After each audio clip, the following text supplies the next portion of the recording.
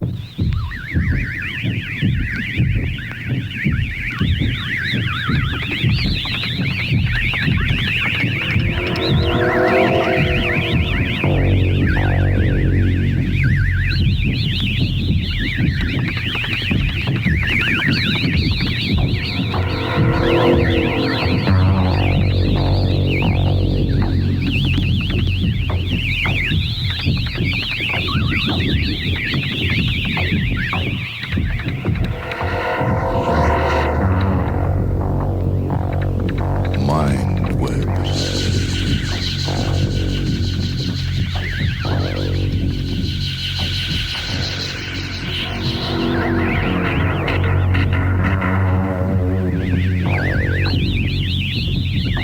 to a half hour of Mindwebs, short stories from the worlds of speculative fiction.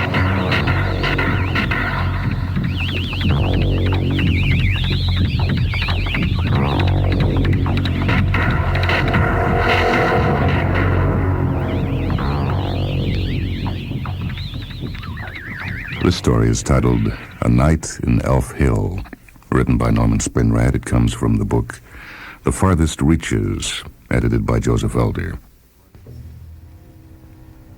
Dear Fred, yeah, it's your brother Spence after all these years, and of course I'm yelling for help. Spare me the I told you so's and the psychiatrist's pounce. So I'm a black sheep and a miscreant and a neurotic personality. We never could quite stand each other, even when we were kids. And when you became a shrink and I shipped out, well, that really tore it. The reality of inner space versus the escapism of outer space. Maturity versus perpetual adolescence. Isn't that what you said? Sometimes I think you were born speaking that jargon. And if you'll pardon my saying so, I still think it's horse hockey. But the bitch is that now I find myself urgently in need of your brand of horse hockey. See, I've got something I've got to tell to somebody. Something that's been eating me up for a year. Something way over my head. Something you only tell a brother or a shrink. And for all your squareness, Fred, at least you're both. I suppose I've got you good and confused by now, just like in the bad old days, but I hope I've got you as intrigued as bugged. Now, don't go putting things in my mouth, though. I've got no regrets. 17 years in space, and I don't regret a minute of it. But you never could understand that. Remember? I tell you about the kick of 10 new planets every year, of a new woman on every one of them, of the greener grass just beyond the planet beyond the next one. And what I'd get from you is long lectures on flight from reality and compulsive satyrism. The only reason I'm raking up these tired old colds, Herr Doctor, is that it all bears on the problem that I'm going to do my damnedest to try and dump in your lap. You know how the time limit on merchant service papers works. Or at least you should know, since shrinks like you stuck us with this system. When you apply for papers, they give you a solid week of physical and mental examinations, everything in the book and some things that aren't. And they tell you just how long they figure you can stand the jumping in and out of subspace, the accelerations, the pressures, the tensions. And they tell you how long. They put it down on your papers. This man's certified for 18 years in space and not a millisecond longer. The moving finger rights and all that. Actually, I've got no fair reason to complain. 18 years is a good time. The average is closer to 15. Yeah, a good, safe, secure system, Fred. The only thing wrong with it is that you know you have that date hanging over your head. And you know that under the rules, the day will come when you start collecting that mustering out pension. A nice piece of change every year as long as you live, even to a high-priced shrink like you, Fred. And you get that last free ride to the planet of your choice. Sure, you think it's a sweet setup. You would. 18 years of your life in return for financial security and perpetuity. Why don't you go to Port Kennedy and take a good hard look at all those old men sitting in the sun? Those guys living off their nice fat pensions and watching the ships taking off for the stars like one-eyed cats peeping in a seafood store. Old men of 35 or 40. Ask them if it's such a sweet setup.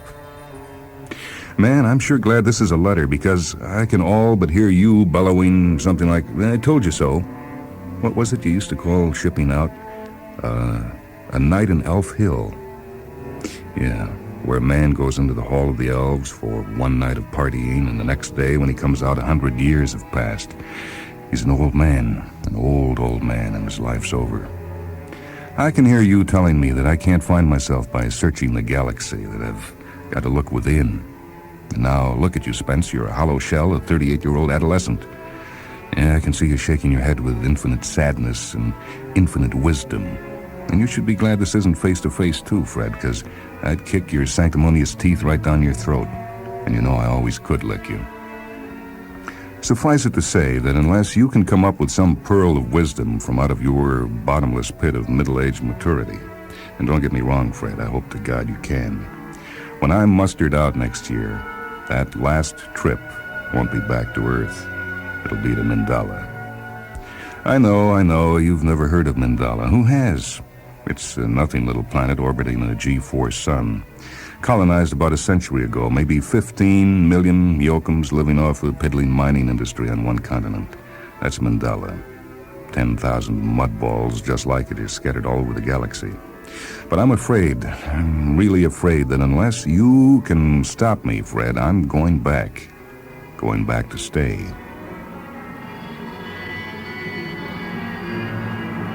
I made my first planetfall in Mandala a little over a year ago on a freighter from Sidewinder carrying the kind of cargo we just don't talk about.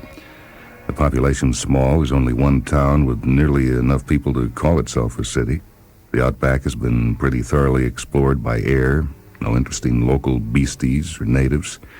The colony's just not old enough to have really marinated, if you dig, become decadent enough to appeal to my peculiar taste. But let's not go into that. Still, like it or not, I had 3 days on this mudball. I knew from long experience that a planet's just too big a place to be a total non-entity. That's why I went into space in the first place. That's where it's really at. Not all that crap about the vast spaces between the stars. Nah, space itself is creation's most total bore. What makes a guy ship out is just being a kid on Earth and looking up at all those stars and knowing that they all own whole worlds and that each of them is a world as full of surprises as Earth was when Adam and his chick got themselves booted out of Eden. I guess that's it. You've got to dig surprises. A man like me hates security as much as you love it. So, Fred, I knew there had to be something for me on Mandala. A new taste, a new sound, a new woman, a nice surprise. Well, I wandered from bar to bar, my usual SOP, and to make a long, tedious story short, I came up with only 2 little goodies, and one of them seemed to be just a fairy story at first. But the second concerned the race with no name, the race that left one of its weird ruins on Mandala. Even you must know about the race with no name. Billions of years ago, before man was even a far distant gleam in some dinosaur's eye, before the Bodas or the Dreers or any of the other races that are around today ever existed, the race with no name owned this galaxy from the center clear to the Magellanic Clouds. 1 billion years ago, they disappeared, died out, or migrated elsewhere, God knows what, leaving nothing but ruins on thousands of planets. But you know that. What you don't know, Fred, is what the race means to spacers. See, it's our own private little nightmare that somewhere, somehow, some of them are still around, and that one day we're going to run into them in subspace or on some forgotten planet on the rim. A race 1 billion years gone. A race that was young when the galaxy was coalescing. A race that had as much in common with us as we do with worms. A race that we can't be sure doesn't still exist somewhere. But then there was that local fairy story. It seems that a few decades ago, a Mandalan who had been a spacer settled down on his pension near something called the Great Swamp.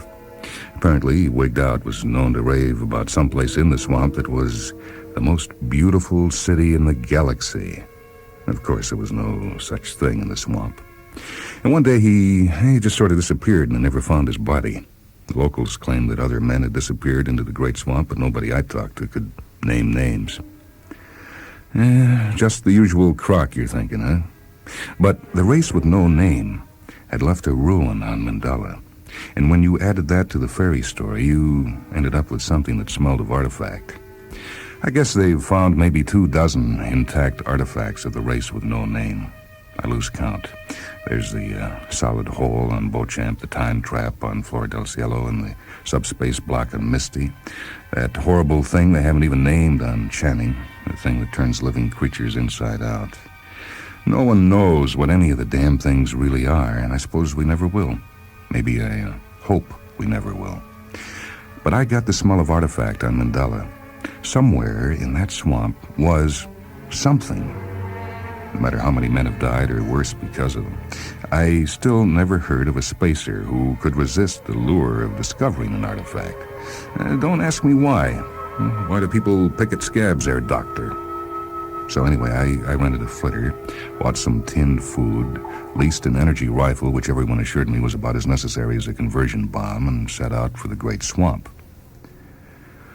The swamp was where it was supposed to be, about 400 miles east of the city. Great Swamp turned out to be local hyperbole, of course. You could lose it in the Everglades. I set the flitter down in a clearing near the center of the swamp. One weird thing, the trees were lousy with a kind of feathery stuff like Spanish moss, long globs of it hanging everywhere. It was a deep, deep red. It gave you the feeling that you were walking through perpetual sunset. Kind of eerie, maybe, but also kind of soothing. Quite a few critters around, ugly, little, lumpy fish like mud puppies in the stream, small, six-legged blue lizards all over the place. Octopoid things swinging in the trees by their tentacles like monkeys, but nothing big enough to worry about, even without the rifle. But I must admit that I sort of dug the place. It put me at ease, even smelled kind of sweet and musky as I went deeper into it. And of course, that's when I should have started to sweat. I don't care how tame a planet is, it just shouldn't seem harmless if it isn't Earth. Every planet's different from every other in thousands of ways, and at least one of those differences should be the kind that makes a man look behind him. Besides, every other extraterrestrial swamp I've ever seen stank like an open cesspool. Well, I must have just wandered around for hours before I felt, how do I describe it, a kind of scratchy shiver in my head, like running a broken fingernail down a piece of slate. An awful feeling, but it just came and went in a moment. All of a sudden, things got kind of dreamy-like. I went on in kind of a daze, and that scratchy feeling came and went again. And a very funny thing happened. I found myself remembering all kinds of things. Women I had known, the taste of blondie wine and fried prawns, the smell of Chandor Afrofume, the sun flashing on the ruby beach, the carnival feel of Riala. Good things. A whole life full of good things, all whipping through my mind like someone had recorded the best moments of my life on tape and was playing the whole damn thing back 100 times normal speed. It was like being high on mescal and bang and dubrish, and all at once. I got flashes of that too. I mean, Fred, memories of what being high was really like, mixed in with the rest of it. I forgot everything. The reason I was in the swamp, the fact that I had to be back on the ship in 2 days. Forgot even my depression at the impending mustering out. And I just wandered around, reliving the best moments of my life at breakneck speed. And then I felt that awful nerve-tingling feeling again, stronger this time. It seemed to last for hours. Then it was gone again, and I was standing on top of a little hill. And there below me, where it just couldn't possibly be, was a city. The city. The city the Mandalan spacer had raved about. And he had been dead right. It was the most beautiful place in the galaxy.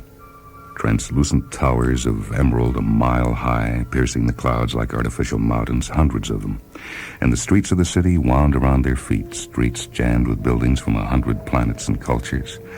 Argolian force pavilions, mosques, Bohararan, flowers, skyscrapers, stadia, all shimmering and flickering in the ever-changing light that seemed to come from the towers that made the sky above the city a great rainbow aurora. A river separated the foot of my hill from the city. A bridge crossed the river and a road crossed the bridge. The road was a ribbon of burnished silver. The bridge was a single, arching, dazzling, living crystal that might have been diamond. The river was a flow of liquid gold. The capital city of the universe.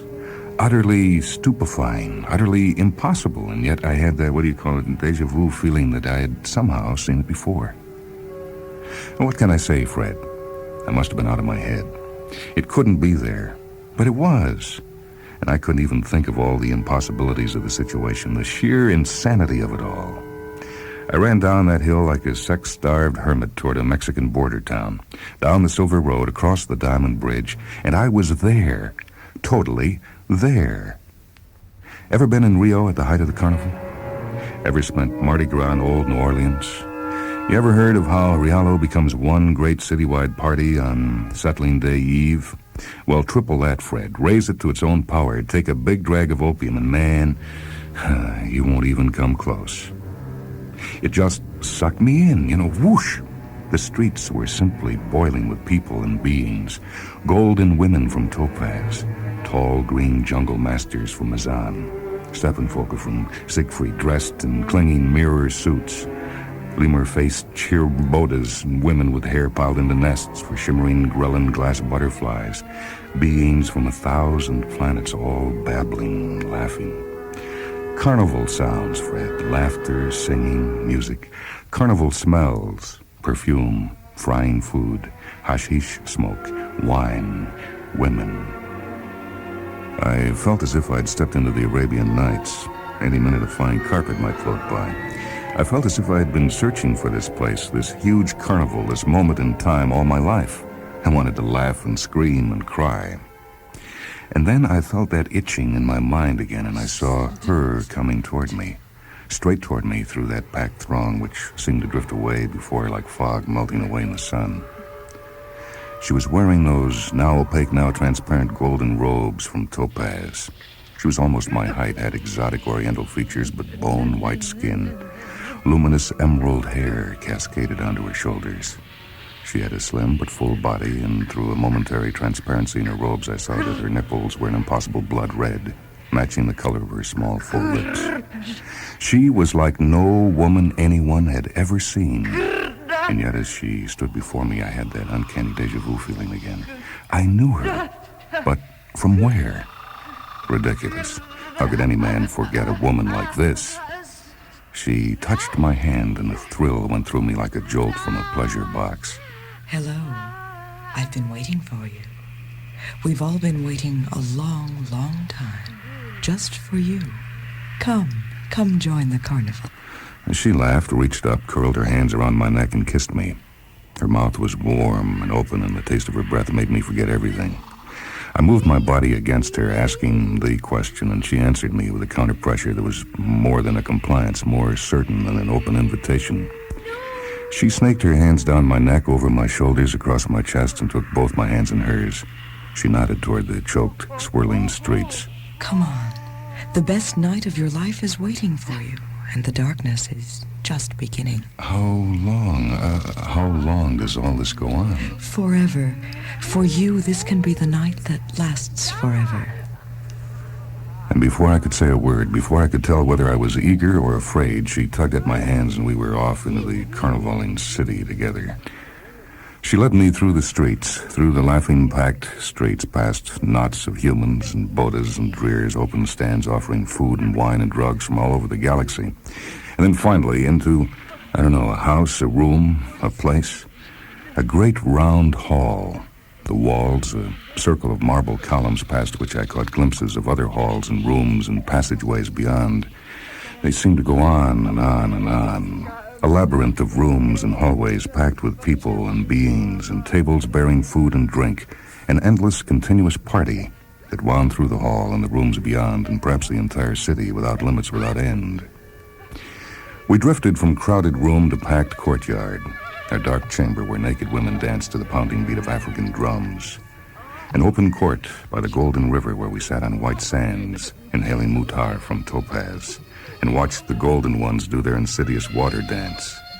A neon-lit room where weirdly dressed kids danced to the music of an ancient Terran rock band. The amorphous building seemed to be the city itself, and the city was one wild carnival of food and music and dancing, swirling, laughing, and completely carrying me away. It seemed that I had but to think of something, a certain food, a wine I remembered, a music I'd heard, and it was there, anything I ever wanted, ever could want. And when the time came when there was only one more thing I wanted, we turned a corner, stepped through a doorway, and we were suddenly alone. We were floating in a dark chamber, floating in nothing at all. A velvet, buoying nothing, softer somehow than freefall itself. She threw aside her robes, and all at once her body seemed to glow with a warm, golden light. She plucked at my clothes, and then I was naked too, and my body was glowing from within like hers. When we made love, it seemed as if we were alone in the whole universe. The light of our bodies, the only light there was. She was perfect, and I was better. You know me, Fred, so you know what I mean when I say it was the best I had ever had, and the best I'd ever been. It made me forget every woman I'd ever known. And afterward, I wasn't tired at all. I was full of vitamins and ready for another night of partying. So we laughed and kissed, and it was back to that endless, fantastic party. We swam nude in a pool of gold and water heated to blood heat under a huge silver moon on moonless Mandala. And then we stretched out on a lawn of bright green grass while a warm, perfumed breeze swiftly dried our bodies. I reached out and touched one perfect breast. Spence. It brought me up short. I suddenly went cold. I never told her my name.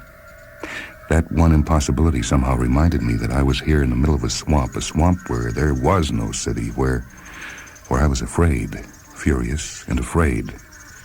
I pulled my hand away and asked, "Who are you? What is..." She leaned toward me, kissed me, and the question seemed stupid, trivial. But something in me was still fighting it. I shoved her away and asked, "What the hell is all this? What's going on here?" Do you really have to know? But I wasn't buying. Something was being done to me, and I had to know what. Tell me, or... If you... me. I screamed at her, shaking her shoulders, driven by some savage compulsion, perhaps the knowledge that I was being offered something that in another moment I would be powerless to resist. Suddenly, a terrible pain sheared through my head, and the city, the pool, her, flickered for a moment and were gone. I was lying on the moist black swamp earth. I was dressed, my clothes were clammy, my stomach ached with hunger. It was night. And I was alone and heard a voice in my mind saying, 1,000,000,000 years.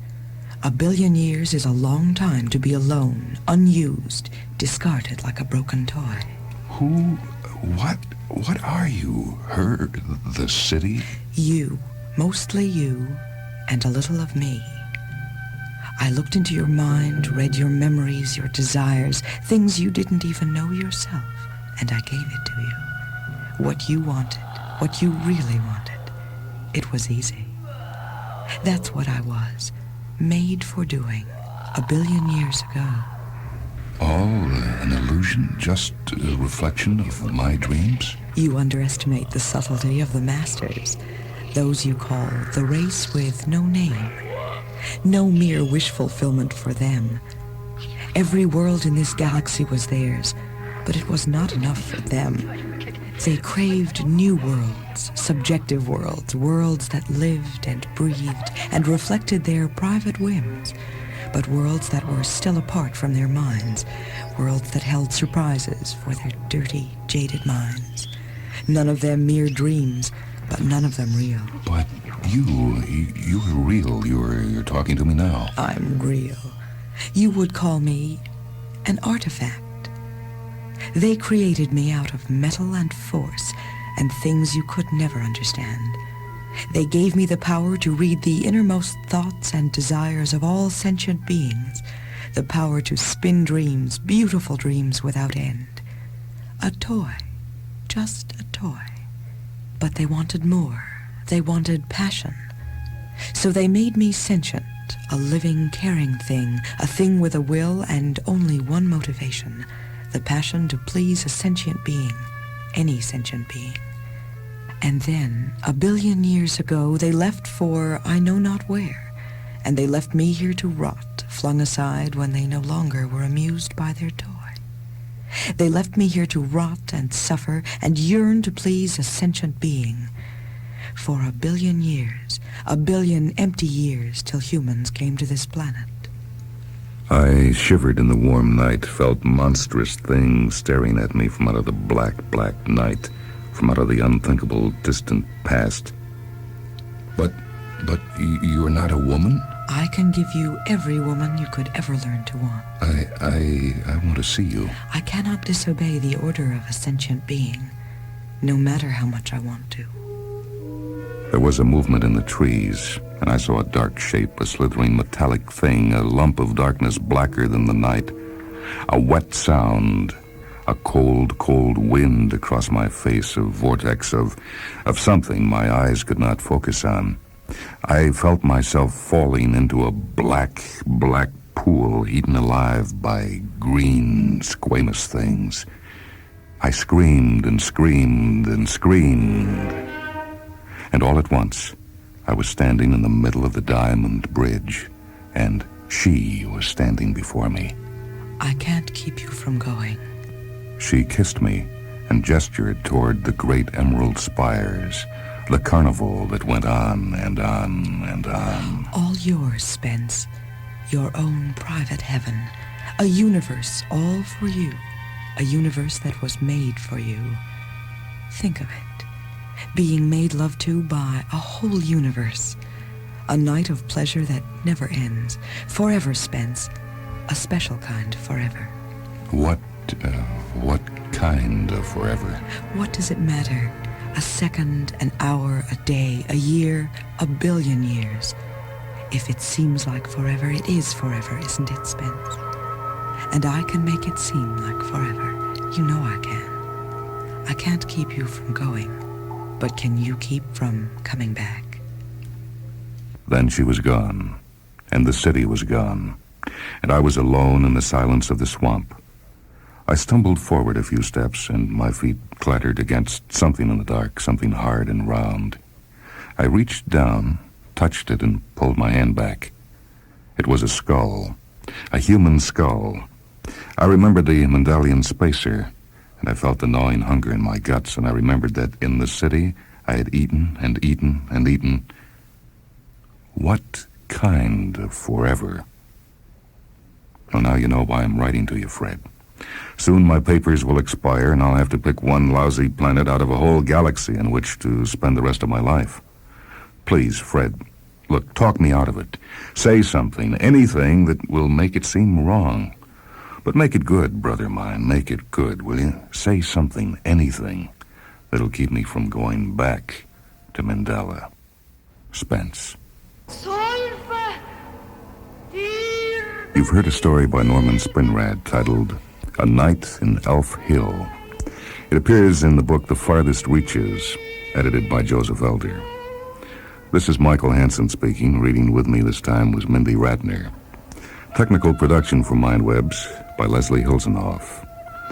Mindwebs is produced at WHA Radio in Madison, a service of University of Wisconsin Extension.